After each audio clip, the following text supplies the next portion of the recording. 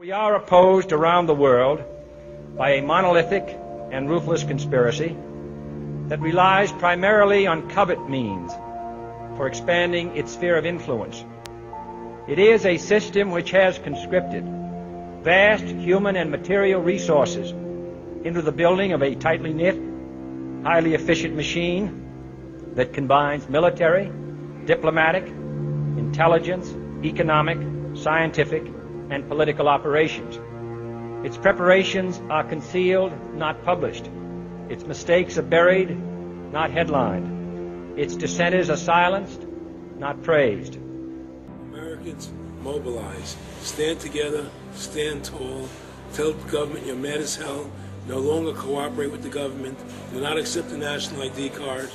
Do everything in your power to restore freedom and your individuality back to America. Stop being a country run by the institutions for the institutions.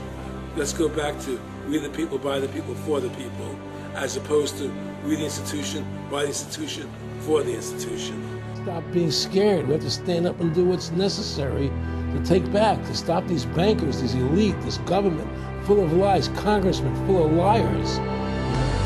As Iraq veterans against the war, we are resisting an occupation we once risked our lives for. We swore to support and defend the Constitution of the United States of America, but we found out the hard way that the greatest enemies of the Constitution are not to be found in the sands of some far-off land, but rather right here at home. When injustice becomes law, resistance becomes duty. It is time we start meeting oppression with resistance. They cannot stop us. Humanity marches on. The utmost manifestation of love and devotion to America is today, as it always has been, resistance of tyranny. Resist we must, and resist we will. We will not be silent. We will not obey. We will not let our government destroy our humanity. We will not wait another moment in fear to stand up for what we know to be right. It is time we start meeting oppression with resistance. Northwoods, explain that really quick. This is 1962. The Joint Chiefs of Staff signed a document that was planning on having fake attacks on American civilians and blaming it on the Cubans to get us to go to war with Cuba. They were going to blow up a drone jetliner. They were going to send a jet into the air and blow it up. Oh my God! And blame the Cubans for it and get us to go to war with Cuba.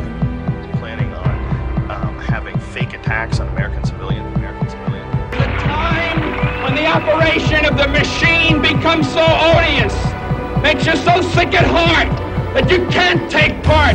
You can't even passively take part. And you've got to put your bodies upon the gears and upon the wheels, upon the levers, upon all the apparatus, and you've got to make it stop. And you've got to indicate to the people who run it, to the people who own it, that unless you're free, the machine will be prevented from working at all. I served with Kilo Company, 3rd Battalion, 8th Marines as an automatic machine gunner. There's a term, once a Marine, always a Marine, but there's also the term, eat the apple, F the core. I don't work for you no more. And I'm a Marine. I took an oath to defend the Constitution. The Constitution!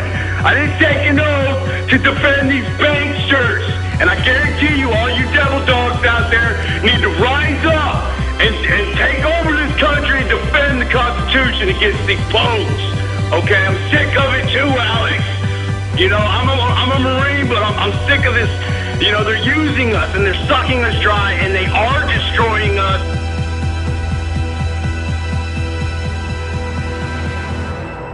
People should not be afraid of their governments. Governments should be afraid of their people. Councils of government, we must guard against the acquisition of unwarranted influence, whether sought or unsought, by the military-industrial complex. The potential for the disastrous rise of misplaced power exists and will persist. We must never let the weight of this combination endanger our liberties or democratic processes.